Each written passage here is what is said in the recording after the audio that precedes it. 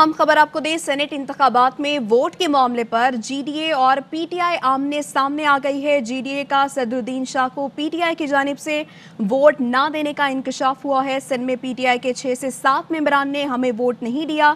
अरबाब चांडियो हमारे साथ मौजूद हैं। अरबाब, आगाह कीजिएगा।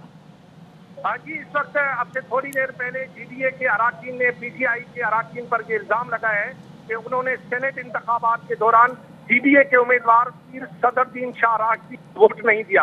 उन्होंने कहा कि 3 पैनल बनाए गए थे। एक पैनल में सैफला अब्रो को वोट देना था, दूसरे में एमक्यूएम की खातून खालदा को वोट देना था और तीसरे पैनल में हमारे 14 वोट थे और 7 पीटीआई के वोट हमें दिए गए थे कि ये आपके साथ सदरुद्दीन शाह को वोट देंगे। लेकिन जब नताइज निकले तो हमें अपने वोट मिले और पीटीआई के एक भी रुकन ने हमें वोट नहीं दिया।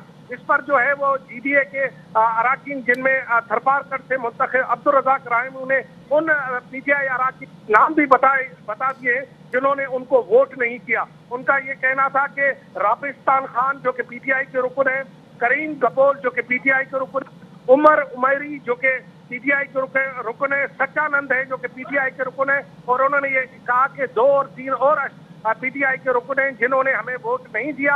अगर वो हमें वोट देते तो पीर सदरुद्दीन शाह राशदी कामयाब हो जाते।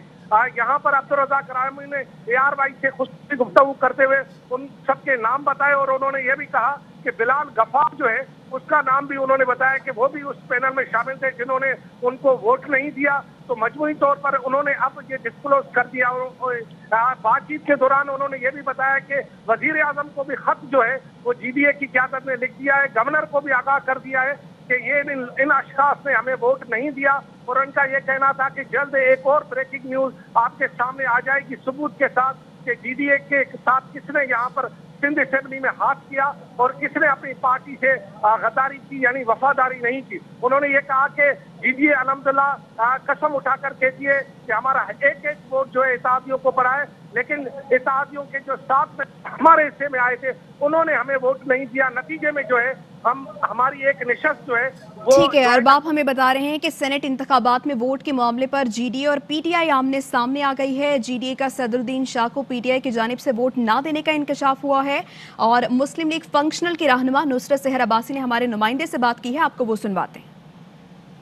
सेनेट इंतखाबात में जीडीए के मेंबर पीर सदरुद्दीन शाह राशदी को वोट न देने पर जीडीए के अराकीन ने तफसाद का इजहार किया है और उनका ये कहना है कि पीटीआई के वो अराकीन जिन्होंने वोट खारिज किया उन्होंने हमें वोट नहीं दिया।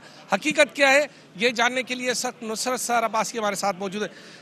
अब वोट दिया और नतीजा भी नजर आया। आप वोट न देते तो ना खातून जीतती ना सैफला अब्रो जीतता, लेकिन आपको वोट क्यों नहीं मिला?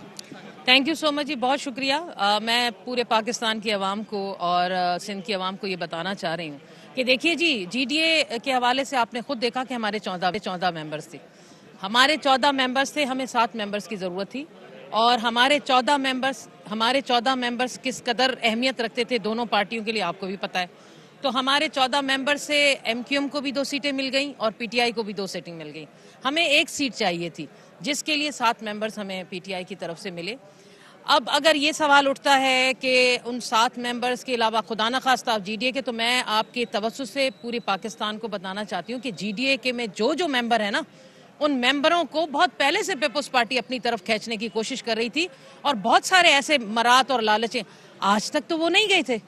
इसी वक्त पर क्यों खुदा न खास्ता, तो मैं ये यकीन दिलाना चाहती हूँ कि 14 के 14 हमारे बिल्कुल इंटैक्ट रहे और उन्होंने, अगर ऐसा था तो मेरे ख्याल में वो उनकी दोनों पार्टियों की सीटें भी ना निकलती, इसलिए वो 14 इंटैक्ट रहे। अब वो 7 जो है उन मेंबर्स के बारे में बात हो रही है, हमने ऊपर दे दिया। वजीर आजम से कल बात हुई थी सदरुद्दीन शाह राशदी साहब की, उन्होंने भेज दिए।